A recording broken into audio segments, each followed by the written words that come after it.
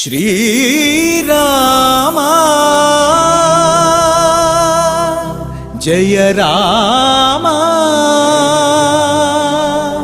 रघुरामा।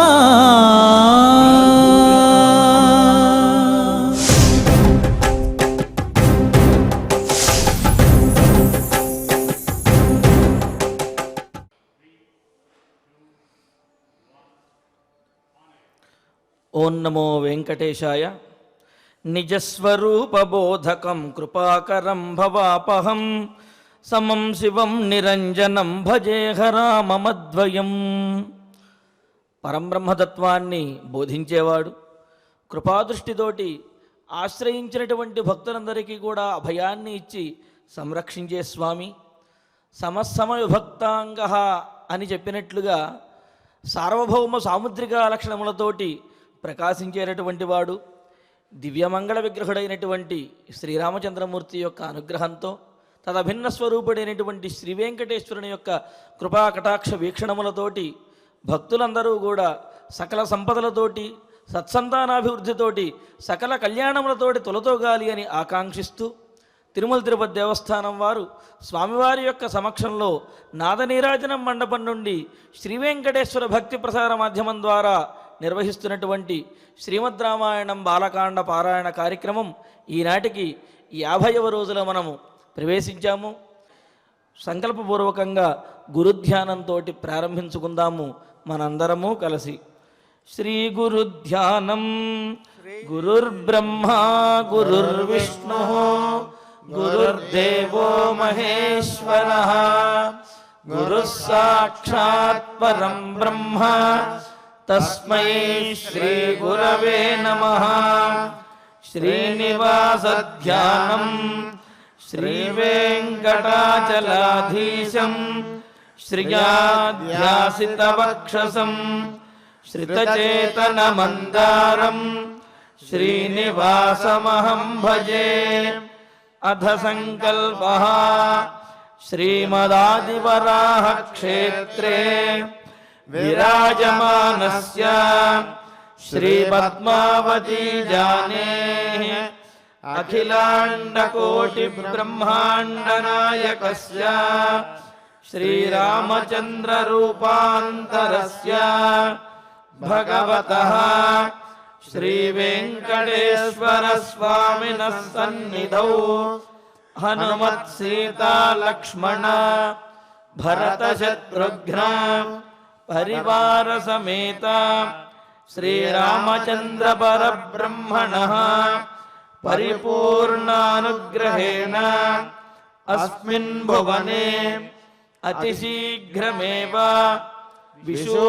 విశోచికాక్రిమేః వినాశనార్థం భారతవర్షస్య అభివృద్ధౌ నిమగ్నానాం విద్యా విత్త వాణిజ్య కృషి వైద్య వైజ్ఞానిక దేశరక్షణాదిరంగేషు విద్యమానానాం ఆస్తిక మహాజనానాం సర్వేషాం సకుటుంబానాం ఆయురారోగ్యైశ్వర్య సద్బుద్ధి ఇత్యాది సర్వశుభఫలప్రాప్త్యర్థం తేషాం సర్వతోముఖాభివృద్ధి ద్వారా శ్రీరామరాజ్యస్య పునర్వ్యవస్థాపనార్థం అనూఢానాం శీఘ్రమేవ వివాహసిద్ధ్యర్థం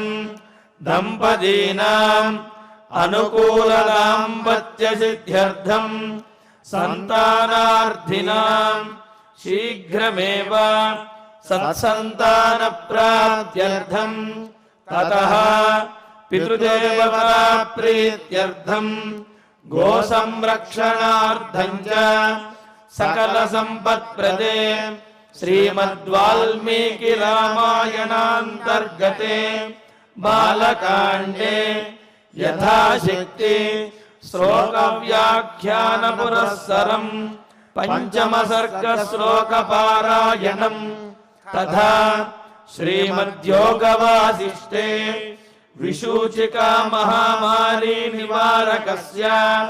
महामन्त्रस्य पारायणं श्रीधन्वन्तरि मन्त्रपारायणं च अन्योन्यसाहाय्येन आचार्यमुखेन करिष्यामहे।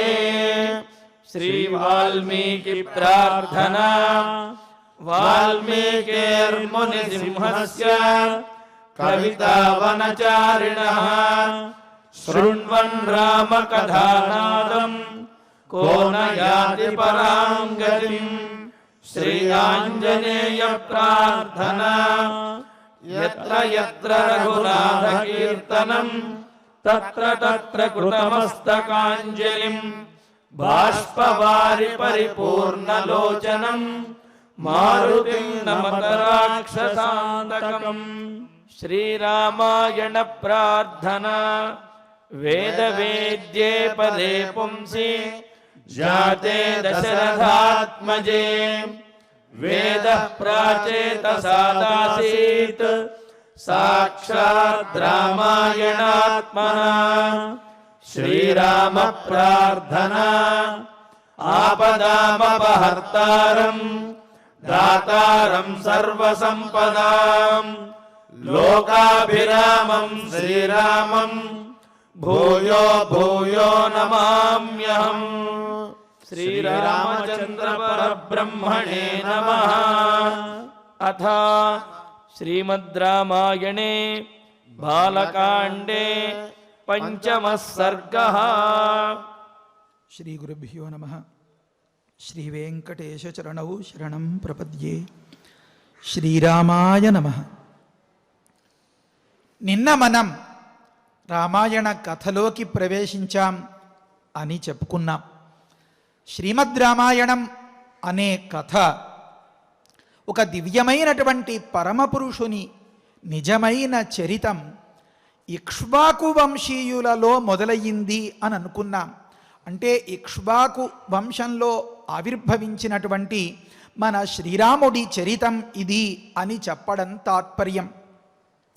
ఆ సందర్భంలో నిన్న మనం ఆఖరి శ్లోకం కూడా కొంచెం వివరించుకోవలసి ఉండి ఆపుకున్నాం కదా, దాన్ని ఒక్కసారి గుర్తు చేసుకుందాం.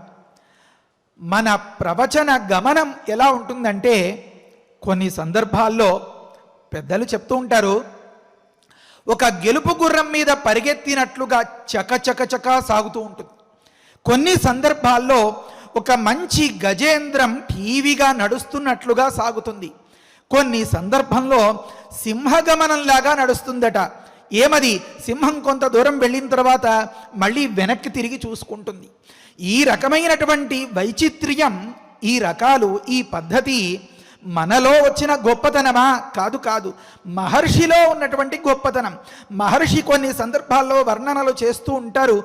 10-15 శ్లోకాలు అలా అలా అలా సాగిపోయేలాగా ఆ దృశ్యం అంతా ఎక్కడ గ్యాప్ లేకుండా, విరామం లేకుండా నడిచిపోతూ ఉంటుంది. కొన్ని సందర్భాల్లో ఏదో ఆగి పరిశీలించి అక్కడ అందరూ కలిసి కొంతసేపు సంతోషంగా గడిపినట్లుగా ఉంటుంది. కొన్ని సందర్భాల్లో నిదానంగా నడుస్తుంది. కొన్ని సందర్భాల్లో కొంత దూరం వెళ్ళిన తర్వాత వెనక్కి తిరిగి చూసుకున్నట్లుగా ఉంటుందన్నమాట. దీన్ని పెద్దలు అంటారు సింహావలోకనం అంటారు. సింహం కొంత దూరం వెళ్ళిన తర్వాత మళ్ళీ ఒక్కసారి ఇలా తల తిప్పి చూస్తుందట. అలా మనం చిన్న సింహావలోకనం చేద్దాం. కోసలో నామ ముదిత స్ఫీత జనపదో మహాన్ నివిష్ట సరయూతీరే ప్రభూత ధనధాన్యవాన్. కొన్ని సందర్భాల్లో వాల్మీకి మహర్షి పట్టైన శ్లోకాలు చెప్తారు. ఆ పట్టైన శ్లోకాల్ని మనం కొద్దిగా పట్టుకోవాలి. అంతేగాని ఇదంతా విసుగ్గా ఉందని బుర్ర పట్టుకోకూడదు సుమండి. ఇక్కడ ఎందుకు నిన్న ఆపుకోవాల్సి వచ్చిందంటే, చెప్పాల్సింది ఇంత విస్తృతంగా ఉంది అని అన్నాను కదా. అనగనగనగనగా ఒకానొక దేశం. ఏమా దేశం? కోసలో నామ. దేశం అంటే జనపదము అంటారు సంస్కృతంలో. ఈ జనులు ఉండేటటువంటి స్థానం కనుక జనపదమైతే, అది దేశమైతే దానికి ఏం పేరు? కోసలము అని పేరు. దీనికి వ్యవహారం కోశలము అని కూడా. సయోరభేద అంటారు. అంటే కొన్ని సందర్భాల్లో శవర్ణం పలకడం, కొన్ని సందర్భాల్లో సవర్ణం పలకడం, అంటే మెలికిలష కుంటీస అంటూ ఉంటారు కదా. అది మనకి కూడా లోకంలో వ్యవహారం ఉంది. ఎలా? నేను చూశాను అనొచ్చు, చూశాను అనొచ్చు, అలాంటి మాటలు మనం వింటూ ఉంటాం. రాశాను, రాస్తున్నాను అన్నప్పుడు కొన్ని దగ్గర శవర్ణం రాయడం, కొన్ని దగ్గర సవర్ణం రాయడం. ఎందుకు ఇంత కథ అంటారా ఇన్ని మాటలు? దీనికి వ్యుత్పత్తి మనం చెప్పుకోవాలి. వాల్మీకి మహర్షి ఆ ప్రాంతానికి ఆ పేరు పెట్టారు. ఎందుకు పెట్టారు అంటే చాలా అద్భుతంగా ఉంటుంది. కుశలురైన, నేర్పరులైన, వృత్తిలో ప్రతి అంశంలో ప్రొఫెషనల్స్గా ఉన్నటువంటి వ్యక్తులంతా ఇక్కడ ఉంటారు కాదు. అలాంటి వ్యక్తులు అందరూ నిండుగా ఉన్నటువంటిది అని చెప్పడం కోసం కుశలురు నివసించే ప్రాంతం కనుక దానికి కుశలాహ సంతి అత్ర అని కోశలము, కోసలము అని వ్యవహారం ఏర్పడిందట. ఇంకొక సందర్భంలో చెప్తారు, ఇంగితజ్ఞాః హి కోశలాహ కోసలాహ అంటారు.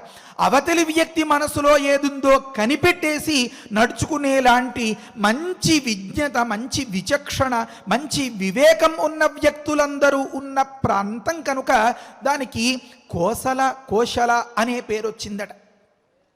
అంతేకాదు ఒక సందర్భంలో చెప్తారు, ఏమని దీనికి కొంచెం వివరణ అంటే, ఒక తల్లి అన్నం వండి పిల్లవాడికి పెట్టాలంటే అందులో నైపుణ్యం.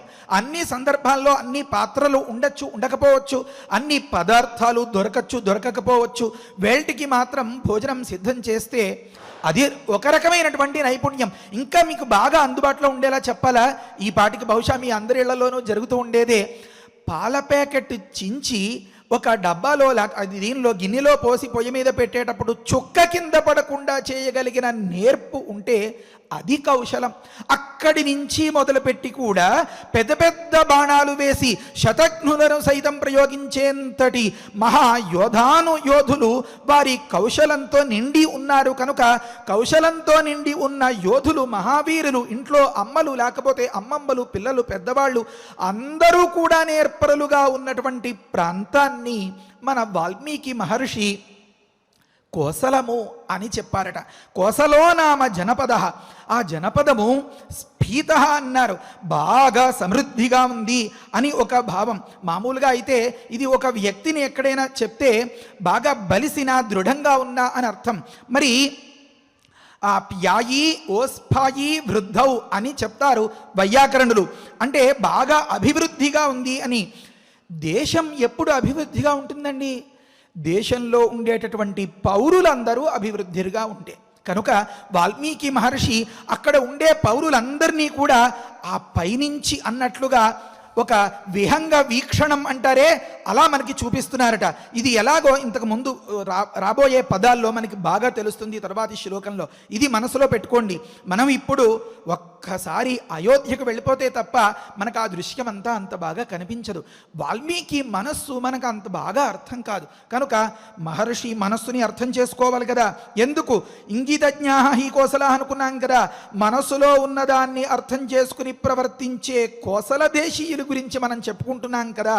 కనుక మనం కూడా మహర్షి మనస్సుని ఒక్కసారి అర్థం చేసుకుందుకు అక్కడికి వెళ్ళిపోదాం. ఆ పైనుంచి అలా గమనిస్తూ ఉంటే అంత పచ్చిక బయళ్ళు, ప్రతి ఒక్క చెట్టుకి పూలు, పళ్ళు, కాయలు, ఎంతో సమృద్ధిగా, ఎంతో ఆనందంగా, ఎంతో ఆహ్లాదంగా ఉందిట. ఈ అర్థాలన్నింటికీ ప్రమాణాలు ఉన్నాయి. ఒక్కొక్క పదాన్ని మహర్షి మనకి ఇలాగా తేనెలు ఒలుకుతున్నట్టుగా ఈ కావ్య రసాన్ని ఆస్వాదించడానికి కాదు, దోశలతో పట్టి తాగేయడానికి అన్నట్లుగా అందిస్తారన్నమాట. దీనిని వివరించుకుంటూ మనం అంతా కూడా ఆ రామ జన్మభూమిని మనస్సులో తలుచుకోవడమే నిజమైన రామోపాసనం. అందుకని ఇంతల్లా ఉవ్విళ్ళూరిపోతూ దీన్ని చెప్పుకోవడం, చెప్పడం అనేది.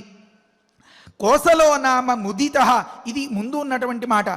ముదిత ముద హర్షే అంటారు. చాలా ఆనందంగా ఉందిట ఆ ప్రాంతం అంతా. ప్రాంతం ఆనందంగా ఉండటం ఏంటంటే విడ్డూరంగా ఒక వ్యక్తి ఆనందంగా ఉన్నాడు అంటే సబబు అంటారేమో.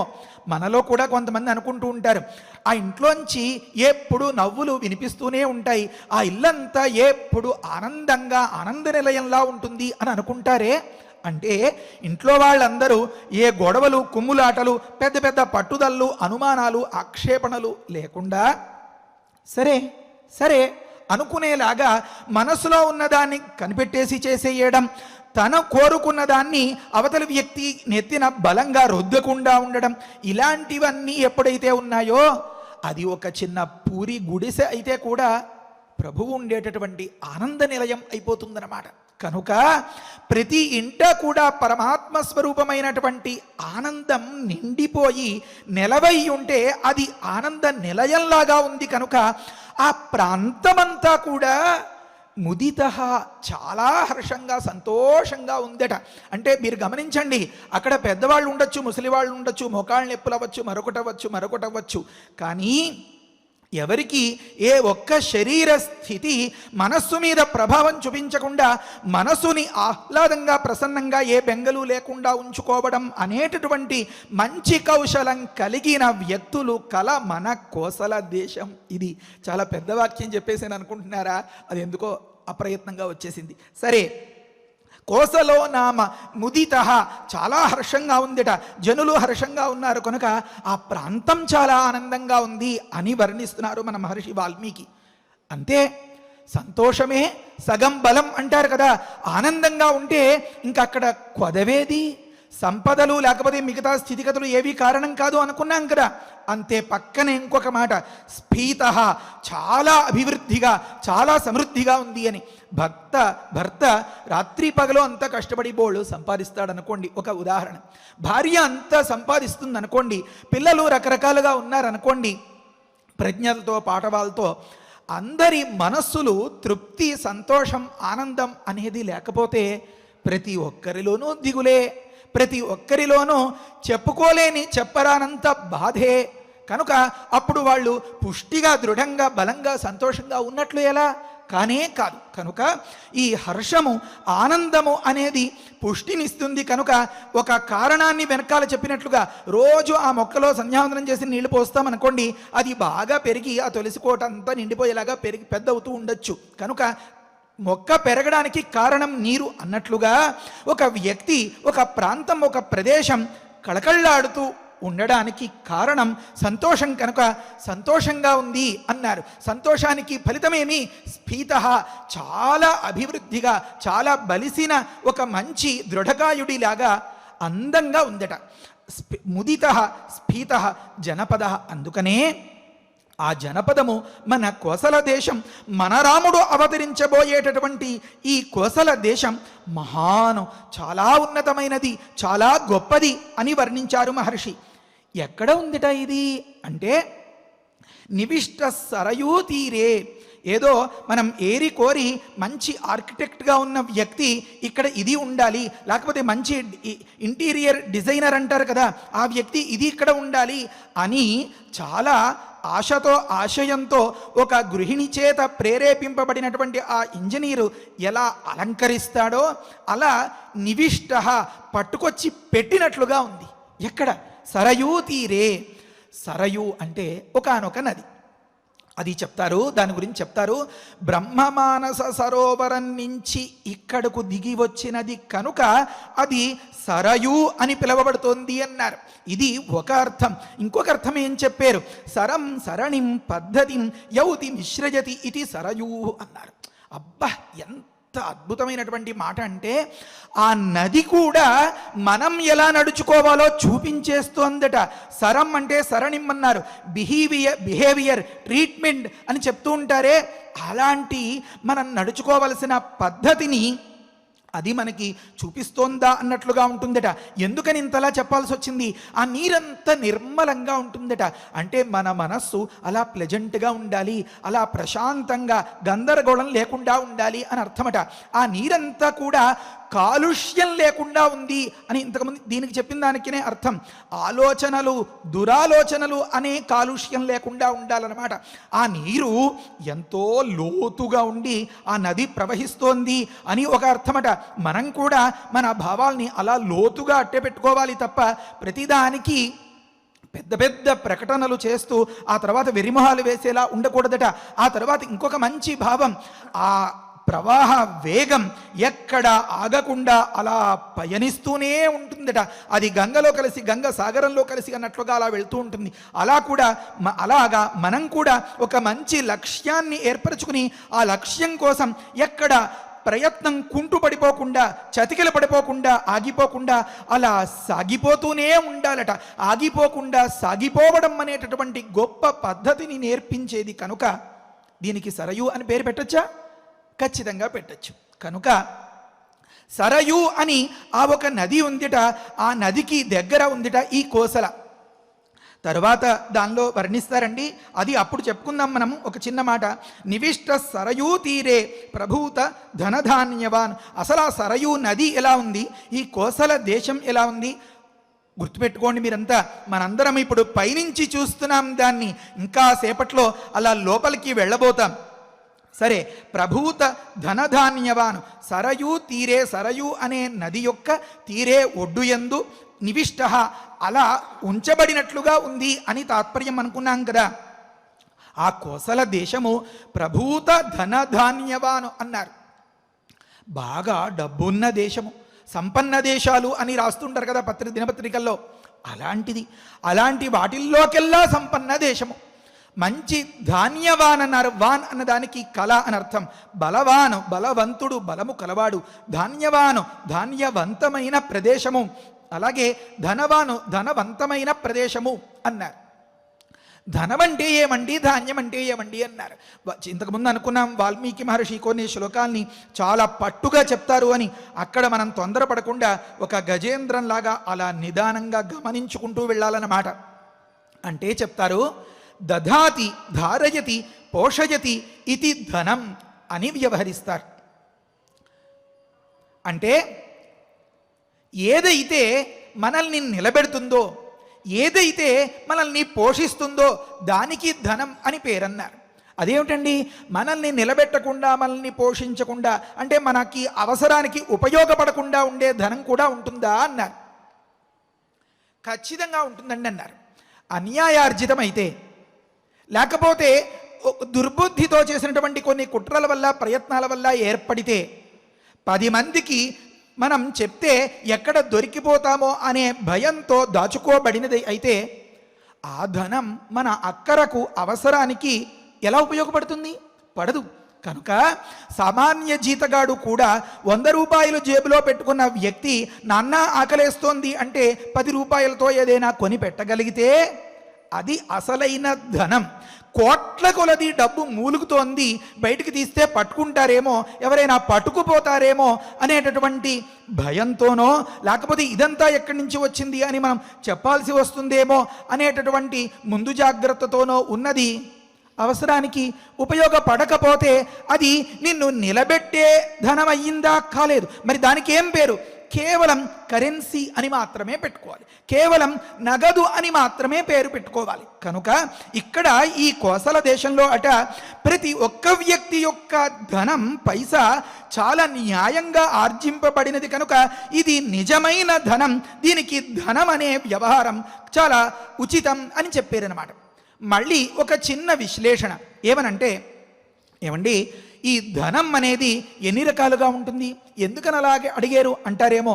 లోకంలో చాలామంది నా దగ్గర డబ్బుండుంటే నేను చాలా నా భార్య పిల్లల్ని తీసుకుని వారాంతంలో ఎక్కడికో వెళ్ళేవాడిని, నాకు డబ్బుండుంటే ఈ అంతస్తు కంటే పెద్ద అంతస్తు కట్టేవాడిని, నా దగ్గర కనుక డబ్బుండుంటే ఈ షేర్ ఆటోలెక్కి ఇలా తిరగాల్సిన కర్మ ఏమిటి అనుకుంటాడు.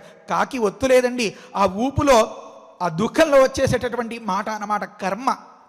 సరే అంటే అలాంటి వారెవరు భాగ్యహీనులు కాదు, ధనహీనులు కాదు అని వాల్మీకి మహర్షి చెప్తున్నారు. వాల్మీకి మహర్షికి ఎవరు చెప్పారు? వేద ప్రాచేతసాత్ ఆసీతన్నం కదా. ఇది వేదము, శ్రీమద్ రామాయణం. స్వరాలు లేకపోయినా హాయిగా చదువుకోవచ్చు, వినొచ్చు అని అనుకున్నాం కదా. కనుక వేదాల్ని ఒక్కసారి పరిశీలించాలి అన్నారు. వేదాల్ని పరిశీలిస్తే ఏం తెలుస్తోందండి అన్నారు. ధనం అనేది 4 రకాలుగా ఉంటుందిట. చాలామందికి పరిచయంగా ఉండేటటువంటిది ఒక మంత్రం, పురోహితులకైతే ఇంకా బాగా తెలుస్తుంది. బృహస్పతి గ్రహం ఉన్నరే, 5వ గ్రహం, ఆ బృహస్పతి గ్రహానికి సంబంధించిన ఒక మంచి మంత్రం ఉంది. ఓం బృహస్పతే అతియదర్యో అరుహాత్ ద్యుమద్విభాతి క్రతుమజ్జనేషు యద్దీదయచ్చవసర్త ప్రజాత తదస్మాసు ద్రవిణందేహి చిత్రం అని చెప్పింది వేదం. ఏమనంటే, పరమాత్మ ఓ బృహస్పతి, ఈ విచిత్రమైనటువంటిదిగా ఉన్నటువంటి ఆ ద్రవిణాన్ని, ద్రవిణం అంటే ధనం అనే దానికి మారుపేరు అన్నమాట, పర్యాయ పదం, నాకు ప్రసాదించు దేహి అని అర్థం. అది ఎన్ని రకాలుగా ఉందిట? బృహస్పతే అతియదర్యో అర్హాత్. అందరూ నాయందు దయుంచి ఒక అంశాన్ని గమనించాలి. చాలాసేపు చెప్పేస్తున్నాను అనుకునో, లేకపోతే విషయం ఎక్కడికో వెళ్ళిపోతుందనేమో అనుకుంటారేమో. ఉపాసనం అన్నదానికి ఇదే తాత్పర్యం. మన రామచంద్ర ప్రభువు ఎక్కడ అవతరించబోతున్నాడో ఆ అవతరించబోయే ప్రదేశమే చాలా సుభిక్షంగా సస్యశ్యామలంగా అయిపోతుంది అని అర్థం. కనుక మనందరం ఈ శ్రీమద్ రామాయణం పారాయణం చేసి స్వామిని మెప్పించి మన మనస్సుల్లోకి ప్రవేశపెట్టుకునేటటువంటి సందర్భంలో మనము మన ఉన్న చోట్లు ఇవన్నీ కూడా ఎంత సుభిక్షంగా అయిపోతాయి అనే దానికోసం ఇంత వివరణ అన్నమాట. అందుకని పెద్దలు మనకి ఇలా ఉపదేశం చేస్తారు. ఏమనంటే, కొంత రకమైనటువంటి ధనాన్ని ప్రభువులు మాత్రమే అనుభవించగలుగుతారట. అది మహారాజులకి చెల్లినది. అర్య అంటే స్వామి అంటారు. అర్య స్వామి వైశ్యయో. సరే, మహారాజులకి తగినదిగా ఉండేటటువంటి ఒక రకమైన ధనం బృహస్పతే అతియదర్యో అర్హాత్. ఇంకొక రకమైన ధనమో ద్యుమతు, కొత్తగా పెళ్ళైన పెళ్ళికూతురు దగ్గర పెద్ద పెద్ద హారాలు, లేకపోతే ఇంకా బాగా ధనవంతుల దగ్గర 7 వారాల నగలు, ఇలాంటి ఏదైతే ఉందో ఆభరణాది రూపంగా ఉన్నది, అది మహారాజు కంటే కొంచెం రాజసేవకులుగా ఉండేటటువంటి పెద్ద పెద్ద అధికారుల దగ్గర అక్కడ మనం చూడగలుగుతాం అన్నమాట. రాజామాత్యాదిషు అని చెప్తారు. అమాత్యులు అంటే మంత్రులు. అది ఒక రకమట. మరి మాలాంటి వాళ్ళ దగ్గర ఉండే ధనమో, ఈ ముఖానికి పెట్టుకున్న విభూతి, మెడలో వేసుకునేటటువంటి ఈ మాల, పక్కన పెట్టుకున్నటువంటి కలశం, అందులో జలం, లోపల మంత్రం, మంత్రశక్తి, ఇది ముఖ్యమైనది అని గుర్తించాలని చెప్తున్నారు పెద్దలు. ఏమని? క్రతుమతు అన్నారు.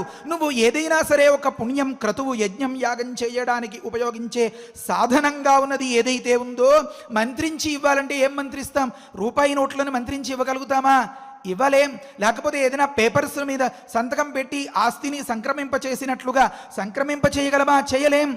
భస్మ విభూతి ఉండాలి. అందుకనే ఎంత మంచి పేరు పెట్టారో చూడండి, దానికి విభూతి అని పేరు పెట్టారు. మరి కొన్ని సందర్భాల్లో మార్జయేతు ఆతురాకారం అని ఎక్కడో వర్ణిస్తున్నారు కదా, తర్వాత వస్తుంది మనకి. అక్కడ ఏం చేయాలి? దేనితో మార్జనం చేయాలి? జలం ఉండాలన్నమాట. కనుక మీరెవరూ దిగులు పడకండి సుమా.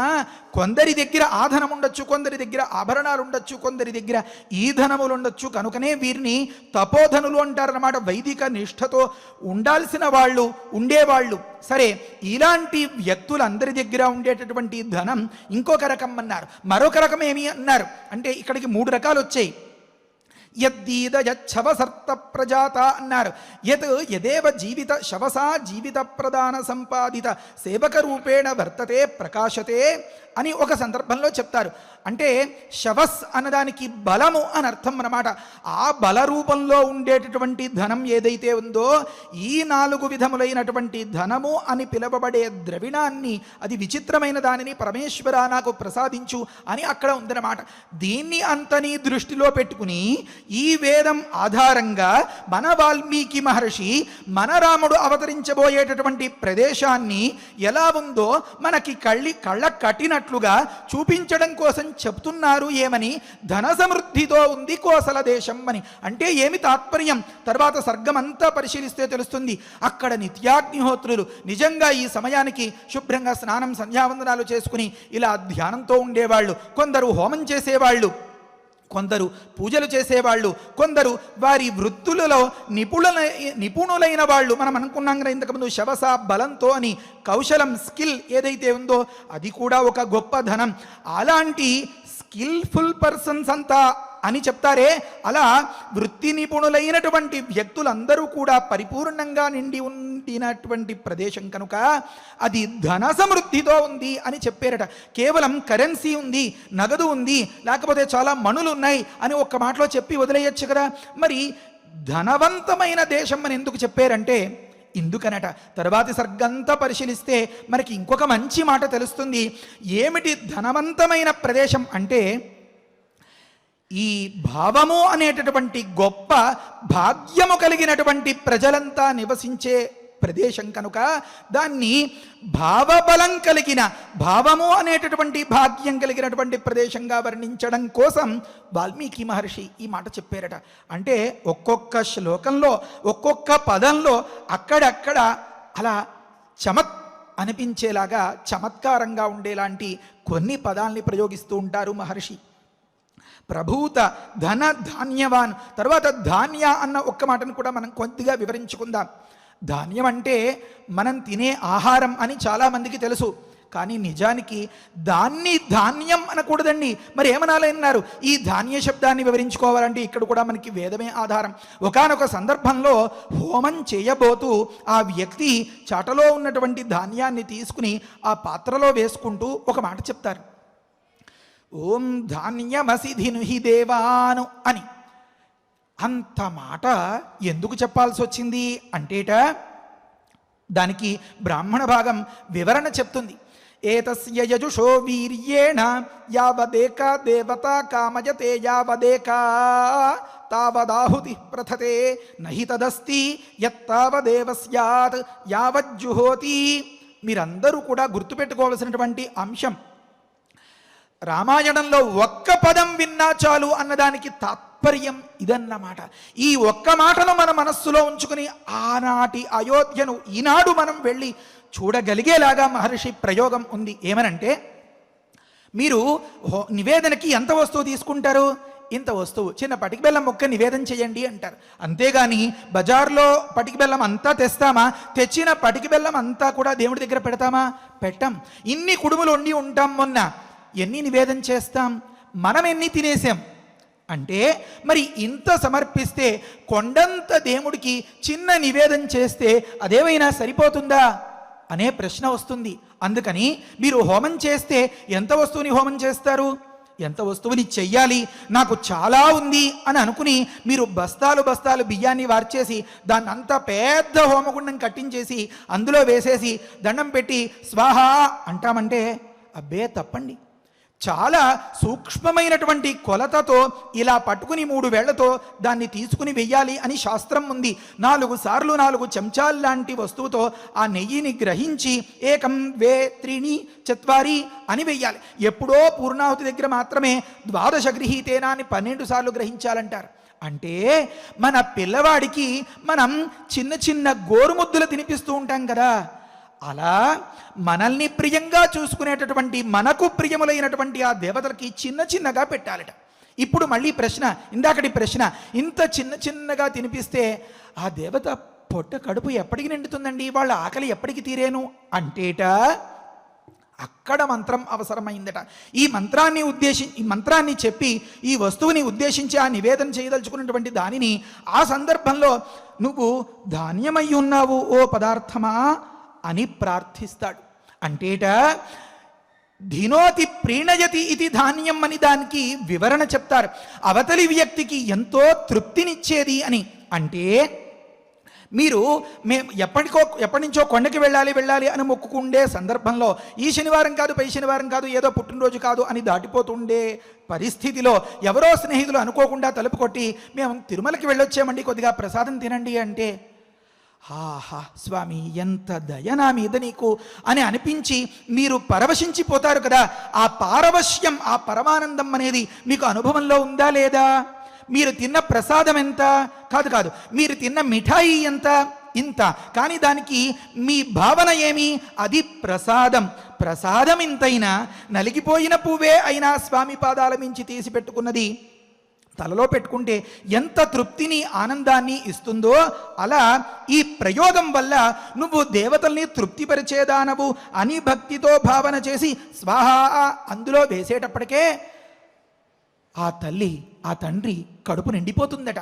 మనం బాగా ఉదాహరణలు చెప్పుకోవడం, ఎందుకంటే నేను రాసుకుని రాలేదండి ఇక్కడికి, ఏది తట్టినది చెప్పడం, ఇది మీకు బాగా చేరువయ్యేలాగా చేరుకోవాలి అని నా తాత్పర్యం. పిల్లవాడికి కొన్ని స్నాక్స్ పెడతారనుకోండి, వాడు తింటూ ఉంటాడు అనుకోండి, ఏదమ్మా నాన్న నాకు కూడా ఒకటి పెట్టు అని మీరు నోరు తెరిచారనుకోండి, వాడు అలా దోబూచులాడిస్తున్నట్లుగా ఒక చిన్న జంతి కొమ్ము తీసి అలా నోట్లో పెట్టాడు అనుకోండి, ఆ పెట్టిన జంతి కొమ్ముతో పాటుగా కూడా వాడి వేలు మీ పెదాలతో పట్టుకుని మీరు పరవశించే సందర్భం ఖచ్చితంగా వచ్చి ఉంటుంది. ఆ సందర్భంలో మీకు కలిగినటువంటి ఆనందాన్ని గుర్తు చేసుకుంటే, పిల్లలు ప్రేమతో పెట్టేటటువంటి దానిని తిని పెద్దలు అమ్మ నాన్న లేకపోతే దేవతలు ఎంత ఆనందపడతారో అనే విషయం మీకు తెలుస్తుంది. ఇదేది కల్పన కాదు అని నా ప్రతిజ్ఞ. కనుక మనకు అనుభవంలో ఉండేటటువంటి ఈ చిన్న వస్తువు ఎంతో తృప్తినివ్వడం అనే దాని వెనుక ఉన్న ప్రేమ అనేది ఏదైతే ఉందో, ఆ ప్రేమకు వెనకాల భావన అనేది ఏదైతే ఉందో, ఆ భావనతో నువ్వు దేవతల్ని తృప్తిపరిచేదానవు అని భావిస్తే ఆ వస్తువు తృప్తినిస్తుంది. అలాంటి తృప్తినిచ్చేటటువంటి అనే అర్థాన్ని ఇచ్చేటటువంటి ధాన్య అనే శబ్దంతో అక్కడ ఉండేటటువంటి ఆ దాన్ని ఏమనాలి, వంగడాల్ని అంటారు అచ్చ తెలుగులో, అంటే ఆ ఆహార పదార్థాల్ని మనకి చూపిస్తున్నారు మహర్షి వాల్మీకి. అంతేకాకుండా ఇంకొక చిన్న మాట ఏమనంటే, నాకు పలానా పండు తినాలని ఉంది, మీకు పలానా సమస్య, అది తినకూడదు. అమ్మ నాకేదో తినాలని ఉంది, నీకు జలుబు చేస్తుంది నాయనా, ఐస్ క్రీమ్ తినద్దు, ఇలా మొదలుపెట్టి నిషేధించారనుకోండి, ఆ వస్తువు వారికి ఒక వస్తువే అవుతుంది తప్ప అది తృప్తినిచ్చేది కాదు. ఒకవేళ తిన్నా లోపల భయం వెంటాడుతూనే ఉంటుంది, ఇది తినేస్తున్నాం రేపేమవుతుందో అని. అలాంటి స్థితిలో తృప్తిని ఇవ్వని ఆహారాన్ని తినేటటువంటి మన చుట్టూతా ఉండే ఆహారాన్ని ధాన్యము అని అచ్చంగా అనచ్చా? కోసల దేశంలో అయితే అనొచ్చు. అది అందరికీ తృప్తినిచ్చే ఆహారం అని చెప్పడం కోసమట 2 అక్షరాల్ని ప్రయోగించారు మహర్షి. ఏమని? ధాన్యంతో నిండి ఉన్నది ఆ ప్రదేశమంతా అని చెప్పారన్నమాట. కనుక మనల్ని నిలబెట్టి మనకు అవసరాల్ని తీర్చేటటువంటి సంపద కలిగిన ప్రదేశము అది, మనకు తృప్తినిచ్చే ఆహారంతో నిండుగా నిండినటువంటి ప్రదేశం అది అని చెప్పడం కోసం ప్రభూత ధన ధాన్యవాను అని అన్నారు. నిజంగా ఆలోచించండి, నిన్న మనం ఇంత స్థిమితంగా, అంటే ఇంత కూల్గా, ఇంత భావాన్ని విని వంట పట్టించుకోగలుగుదమా? ఈ శ్లోకాన్ని పారాయణం చేసినప్పుడల్లా ధనం అంటే అది, ధాన్యం అంటే ఇది అని మన మనస్సులోకి వస్తుందా? అలా మన మనస్సులోకి రాముడు రాబోయే చోటు రానంత వరకు రాముడు వస్తాడా? రాడు. కనుకనే మనం ఇలాంటి వివరణతో దేన్ని మిస్ అవ్వకుండా, అంటే కోల్పోకుండా, నష్టపోకుండా, అడుగున దొరికినటువంటి రత్నాల్ని సంచిలో వేసుకుంటూ కుదిరిన సందర్భంలో పరిగెత్తినట్లుగా మన ప్రయాణాన్ని సాగిద్దాం. ఇలాంటి శ్లోకాన్ని నిన్న మనం పారాయణం చేసుకున్నాం. తరువాతి శ్లోకాన్ని మనం కొద్దిగా వివరించుకుందాం. స్వామి తరువాతి శ్లోకం చెప్తా. అయోధ్యానామ నగరీ తత్రాసీల్లోక విశ్రుత మనునామానవేంద్రేణ యాపురీ నిర్మితా స్వయం. అలాంటి ప్రదేశంలో దానికి మంచి స్థాయి కల్పించారు మహర్షి వాల్మీకి. ఒకానొక రాజధాని ఉంది. ఆ రాజధానికి కూడా ఎంత మంచి పేరు పెట్టారో ఇంతసేపు చెప్పనులేండి. మీరు భారంగా అనుకుంటే ఆపేస్తాను, తగ్గించేస్తాను, లేదంటే వివరంగా చెప్తాను. అది మీరు నాకు కనపడరు. మీ అభిప్రాయం ఏదో నిదానంగా తెలియాలి. భగవంతుడు శ్రీరాముడు స్వామిని ప్రేరేపించి బహుశా నాకు తెలియపరుస్తాడు. ఏమనంటే, అయోధ్య అని ఆ రాజధానికి పేరు అన్నారు. అయోధ్య అంటే ఏమి అన్నారు అంటేట, ఎక్కడ గొడవలు లేని ప్రదేశం, గొడవలు చేయడానికి అవకాశం లేని ప్రాంతం, దాన్ని అయోధ్య అన్నారు. యుధ సంప్రహారే అనే దానివల్ల ఆ అనే దాన్ని చేరిస్తే నెగిటివ్ అర్థం వస్తుంది. కనుక సంప్రహారం లేని చోటు, యుద్ధాలు, పోట్లాటలు, కొట్లాటలు, దొమ్మీలు లేని చోటు అని చెప్పడం కోసం అయోధ్య అని చెప్పారట. అంటే ఎందుకన్నారు అంటే, ఇప్పుడు కూడా మనం ఒక్కసారి లోకంలో ఉదాహరణ గమనించాలి. ఇంతకుముందు అనుకున్నాం, ఆ ఇంట్లో ఎప్పుడూ నవ్వులు పువ్వులే, ఎంతో ఆనందంగా ఉంటారు. ఏమిటో చిన్న ఉద్యోగం చేస్తూ ఉన్నా అదంతా ఆనందం అలా వస్తుందో అని అనుకుంటూ ఉంటామన్నామే. అలాంటి సందర్భంలో వాళ్ళకి ఎక్కడికైనా పోట్లాట్లు ఉంటాయా? భర్త చెప్తాడు, భార్య వినేస్తుంది, భార్య చెప్తుంది, పిల్లలు వినేస్తారు. అదేంటండి భార్య చెప్పడం భర్త వినడం అనేది కాన్సెప్ట్ లేదనుకుంటున్నారా? అది కూడా ఉంది. ఆడవాళ్ళు చాలా తెలివిగల వాళ్ళు ఉండవు. భర్త చెప్తాడు, భార్య వింటుంది అనుకున్నాం కదా, భార్య చెప్తుంది, పిల్లలు వింటారు అన్నాం కదా. ఈ పిల్లలు చెప్తారు, తండ్రి వింటాడనమాట. కనుక త్రూ చిల్డ్రన్ అన్నట్లుగా ఈ పిల్లల ద్వారా తన సంకేతాన్ని అందించుకోగలుగుతుంది ఉత్తమ ఇల్లాలు, అంతే తప్ప పొట్లాడదనమాట. కనుక ఈ రకంగా ఏకాస్త వ్యతిరేకత, ద్వేషం, కోపం, పగ, అనుమానం, నచ్చకపోవడం, ఉసూరుమండం అనేలాంటి ఏడుపులు, పెడబొబ్బలు, గొడవలు లేనిది కనుక ఎంతో హాయిగా ఉండేటటువంటి ప్రదేశానికి మహర్షి వాల్మీకి అయోధ్య అనే ఒక టైటిల్, ఒక నిర్వచనం, ఒక పేరు పెట్టారన్నమాట. ఇంకొక అర్థం చెప్పారు. ఏమనంటే ఇంతటి స్థితి కలగాలి అంటే దాన్ని కొంచెం శ్లోకం వివరించుకుంటేనే కానీ ఆ భావం మనకి అర్థం కాదు. గుర్తుపెట్టుకోండి, అది మళ్ళీ చెప్తాను, ఇప్పుడే చెప్పేస్తాను. ఎలా అంటే అది లోకవిశ్రుతమైనది అన్నారు, సకల లోకాల్లోనూ ప్రసిద్ధమైనది. ఇదంతా కూడా మనం తర్వాత చెప్పుకోబోయే అర్థానికి అవసరం. ఆ తరువాత మనునా మానవేంద్రేణ, మనందరం మానవులం అని అనుకుంటున్నాం కదండి. కొన్ని సందర్భాల్లో మానవత్వాన్ని మర్చిపోయిన మానవులుగానే మన చలామణి. ఎందుకని మానవులు అంటే మనువు గారు ఒక ఆయన ముఖ్యంగా ఉన్నారు. చాలా పెద్ద ఆయన, మనకి చాలా చాలా చాలా చాలా పెద్ద తాతగారు అన్నమాట. అలాంటి తాతగారి సంతతి కనుక మనువు నుంచి ఏర్పడిన సంతతిని మానవ అనే శబ్దంతో వ్యవహరిస్తున్నారన్నమాట. కనుక మానవులందరికీ ఇంద్రుడైన అంటే స్వామి అయిన పెద్ద తాతగారైనటువంటి మనువు గారి చేత, ఆయన ప్రజాపతి గారు, ప్రజా సృష్టి చేసిన వ్యక్తి అని మొట్టమొదట్లో మనం అనుకున్నాం. అలాంటి వ్యక్తి చేత నిర్మిత పురి అన్నారు. రాజధానిగా, పురి అంటే రాజధాని, పట్టణం, రాజధానిగా ఏర్పరచబడినది అని అర్థం. ఎలా? స్వయంగా అంటే తనంతట తానుగా ప్రయత్నించి మనువు గారు దీన్ని రాజధానిగా ఎంచుకున్నారనమాట. ఒక వ్యక్తి ఒక ఇండస్ట్రీ పెట్టాలి అని ఎంచుకున్నారు అంటే చాలా ఆలోచించి ఉంటారు. ఆ పరిసరాలు, ప్రాంతాలు అవన్నీ కూడా. ఒక వ్యక్తి ఒక దగ్గర ఇల్లు కట్టాలి అని ఎంచుకున్నారంటే దానికి ఆయన ఊహలు, ఆలోచనలు అన్నీ కూడా చాలా ఉండి ఉంటాయి. ఇలా ఒక పని చెయ్యాలి అని తను రంగంలోకి దిగి అనుకున్నారంటే అక్కడ ఏదో ఉందన్నమాట. ఆ ఏదో ఉంది అనే అంశం మనకి ఇక్కడ అయోధ్య అనే కొత్త నిర్వచనంలో తెలుస్తుంది. అక్కడ ఏం చెప్పారు? స్వయం నిర్మిత ఆసీతు అంటే అలా ఉంది అని ఒక అర్థం చెప్పారు. ఆహా, అంతేకాదండి, వాల్మీకి మహర్షి చెప్పిన ఇలాంటి శ్లోకాన్ని అంత తేలిగ్గా వదిలేస్తామా? కాదు, మంచి తాత్పర్యం ఉంది అన్నారు. ఏమా తాత్పర్యమో అన్నారు అంటే స్వయం ఆసీతు అని అర్థంట.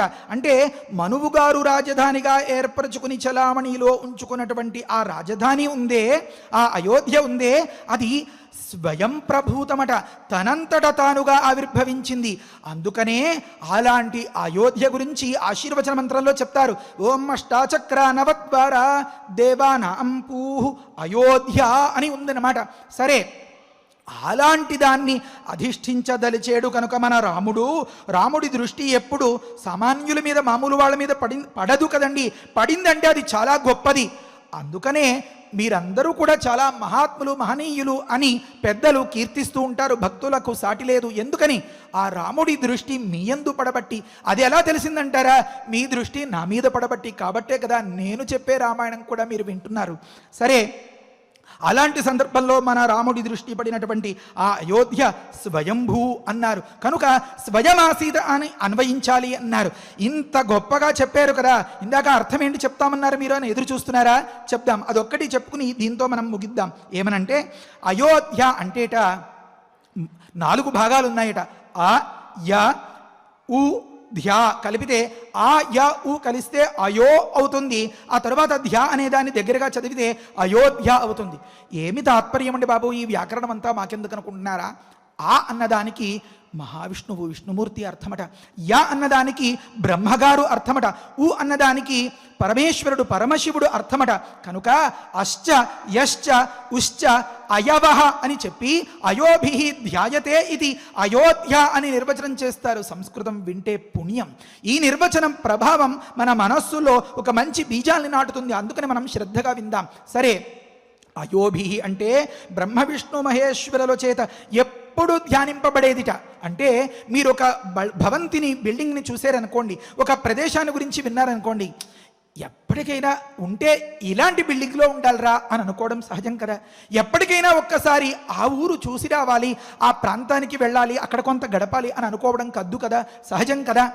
అలా బ్రహ్మ విష్ణు మహేశ్వరులు ఈ అయోధ్య అనేటటువంటి ఈ సాకేత నగరాన్ని చూసి పొంగిపోయి అక్కడ నివాసం చేయాలి అని, అక్కడే నిత్య నివాసం చేసేటటువంటి మన సాకేతరాముణ్ణి నిరంతరం ధ్యానిస్తూ ఉంటారు కనుక ఆ సాకేతరాముణ్ణి ధ్యానిస్తూ దాంతోపాటుగా అతడి నివాసాన్ని ధ్యానిస్తూ మనందరం వైకుంఠాన్ని ధ్యానించినట్లుగా, తిరుమలని ధ్యానించినట్లుగా ఉంటుంది కనుక అయోధ్య అనే పేరు వచ్చిందట దానికి. అందుకనే చెప్తారు అలాంటి అయోధ్యలో ఇప్పటికీ ఎప్పటికీ కూడా రఘునాథుడు శ్రీరామచంద్ర ప్రభువు నిత్యం నెలవుంటాడు అని. ఇక్కడ ఒక చిన్న సందేహం, శ్రీరాముడు అంటున్నారు కదండి, మరి విష్ణుమూర్తి ధ్యానిస్తాడు, బ్రహ్మగారు ధ్యానిస్తాడు అని త్రిమూర్తుల్లో విష్ణువుని కలిపేరండి అన్నారు. అంటే ఒకానొక స్థాయిలో బ్రహ్మ విష్ణు మహేశ్వరులు త్రిమూర్తులు, మాయ అనేది అదంతా మళ్ళీ చాలాసేపు పడుతుంది.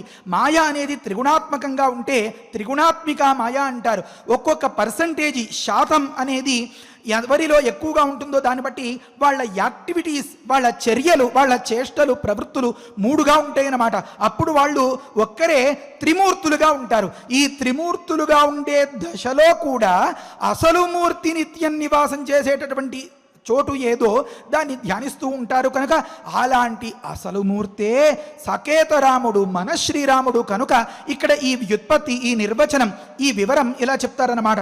కనుక అయోధ్యానామ నగరీ తత్రాసీతు లోకవిశ్రుత మనునా మానవేంద్రేణ యా పురి నిర్మిత స్వయం. రామాయణ మహామాలారత్నం అని స్వామి హనుమను అంటారు. అలాంటి హనుమ ఎంత గొప్పవాడో, ఎంత గొప్ప భక్తిని, మనకి ధైర్యాన్ని, సంతోషాన్ని, ఇష్టసిద్ధిని ఇస్తాడో అలాంటి ఇష్టసిద్ధిని ఇచ్చేటటువంటి ఇలాంటి రామాయణము అనేటటువంటి మహా వజ్రాల మాలలో పేరెన్నిక గన్నినటువంటి మహామణి లాంటి ఇలాంటి శ్లోకాల్ని అక్కడక్కడ పరమేశ్వరుడు తన స్వరూపాన్ని వాల్మీకి మహర్షిగా అవతరింపచేసి మనకి అందించినట్లుగా ఉంటాయి అన్నమాట. అందుకనే చెప్తారు, తలుచుకుంటే చాలు పాపాలన్నీ పోయి మోక్షాన్ని ఇచ్చేటటువంటి పట్టణాలు కొన్ని ఉన్నాయి అన్నారు.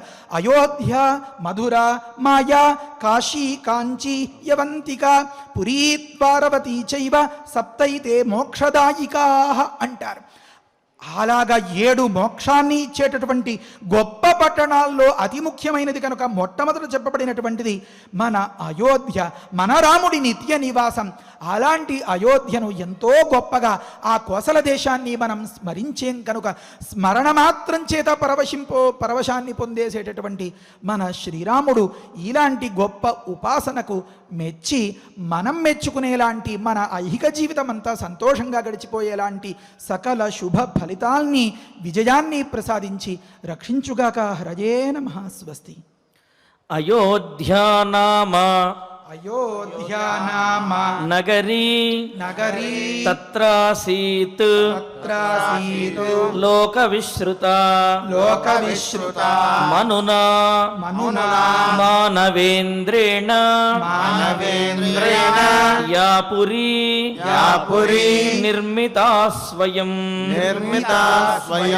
అయోధ్యానామ నగరీ తత్రాసీత్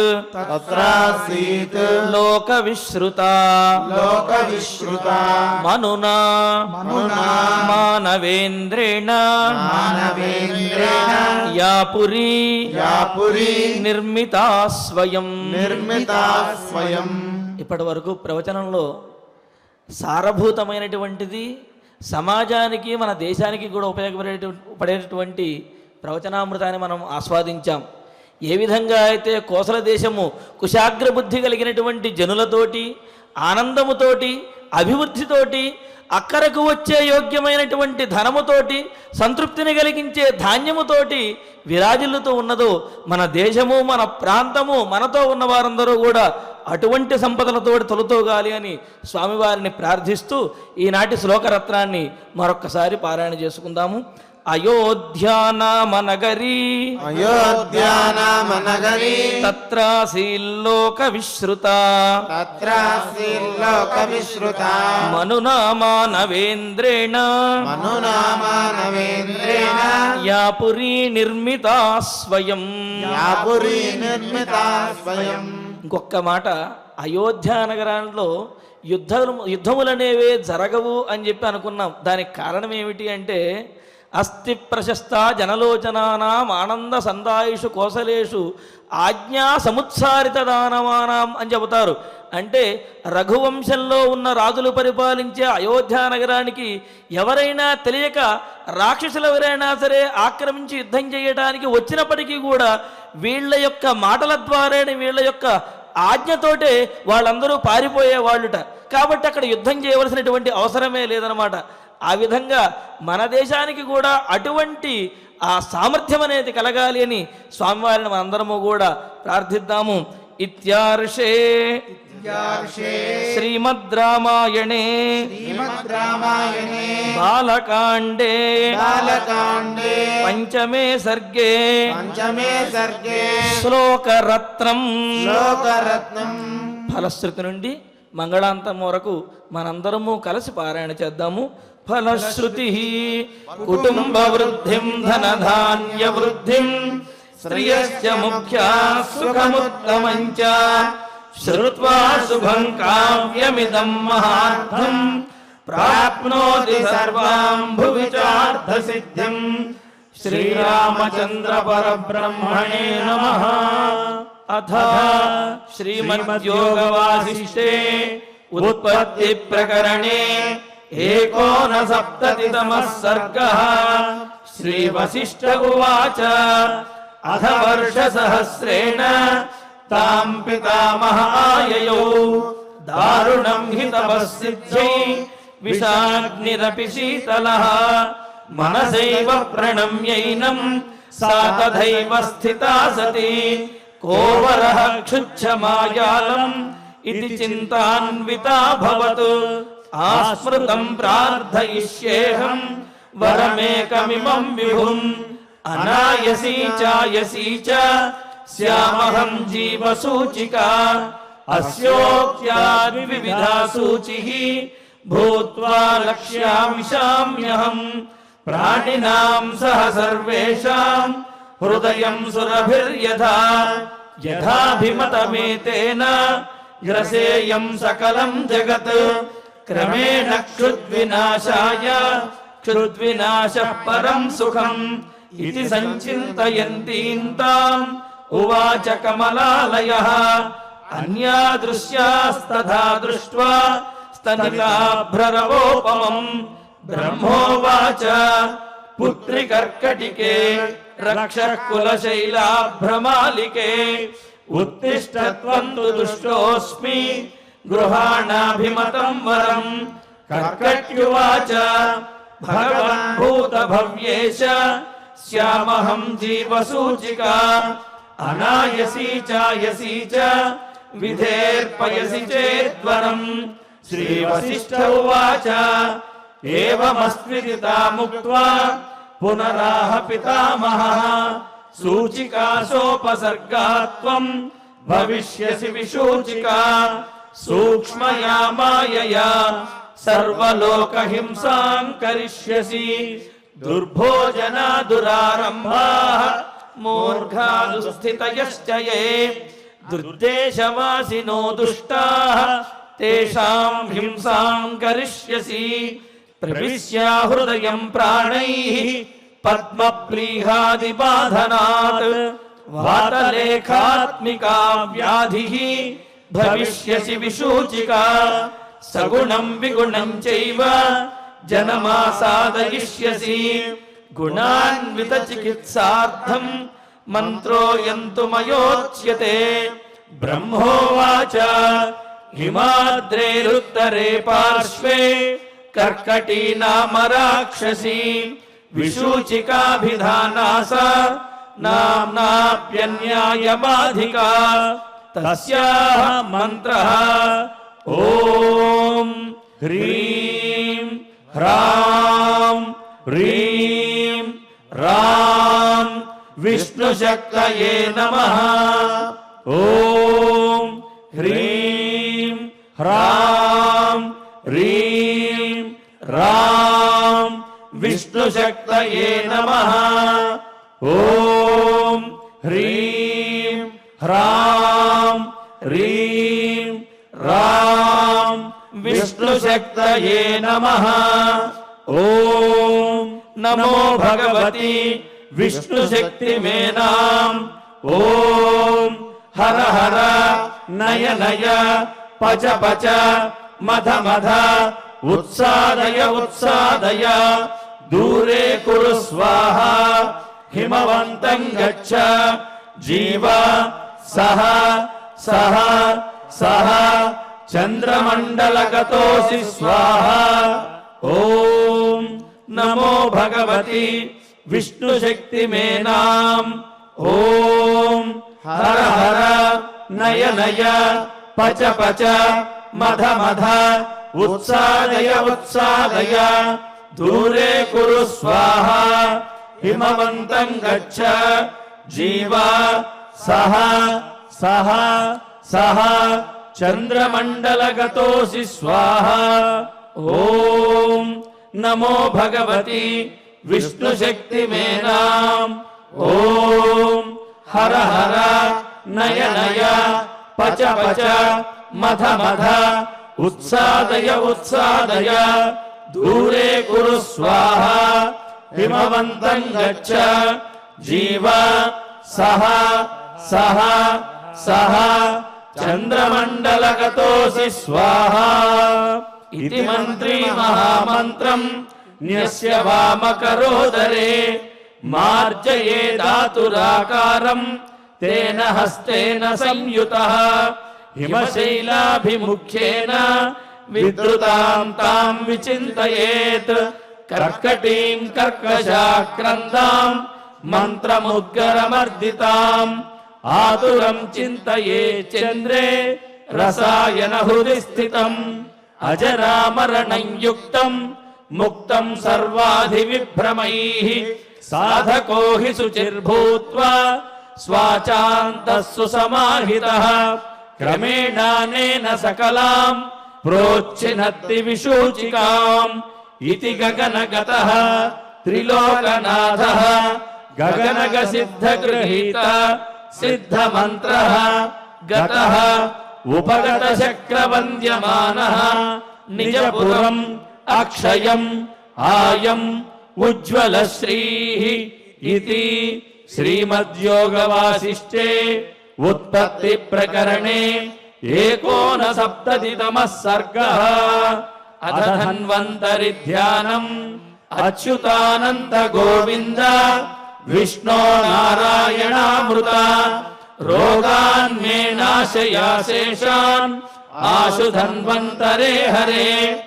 ఆరోగ్యం దీర్ఘమాయుష్యం బలం తేజోధియం శ్రియం స్వభక్తేభ్యోనుగృహంతం వందే ధన్వంతరిం హరిం.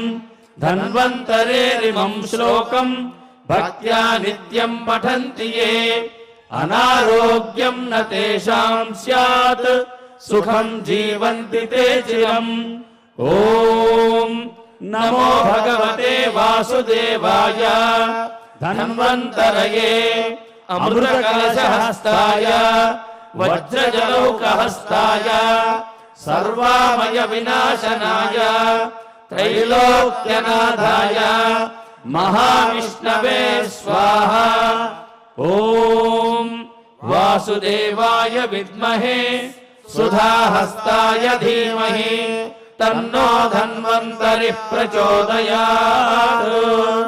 అధనవగ్రహ ప్రార్థనా ఆరోగ్యం పద్మబంధుర్వితరతు నితరాం సంపదం శీతరశ్మిః భూలాభం భూమిపుత్రః సకలగుణయుతాం వాగ్విభూతిం చ సౌమ్యః సౌభాగ్యం దేవమంత్రీ రిపుభయశమనం భార్గవః శౌర్యమార్కిః దీర్ఘాయుఃసైంహికేయః విపులతరైషః కేతుః ఆచంద్రతారం అరిష్టాని ప్రణశ్యంతు దురితాని భయాని చ శాంతిరస్తు శుభం మేస్తు గ్రహాః కుర్వంతు మంగళం. అధ క్షమా ప్రార్థనా యదక్షర పదభ్రష్టం మాత్రాహీనం చ యద్భవేత్ తత్సర్వం క్షమ్యతాం దేవ నారాయణ నమోస్తుతే. అథ భగవత్ సమర్పణం కాయేన వాచా మనసేంద్రియైర్వా బుద్ధ్యాత్మనా వా ప్రకృతే స్వభావాత్ కరోమి యత్యత్ సకలం పరస్మై నారాయణాయేతి సమర్పయామి. అథ మంగళం శ్రియకాంతాయ కళ్యాణ నిధయే నిధయేర్ధినాం శ్రీ వెంకట నివాసాయ శ్రీనివాసాయ మంగళం. నమో నారాయణాయ.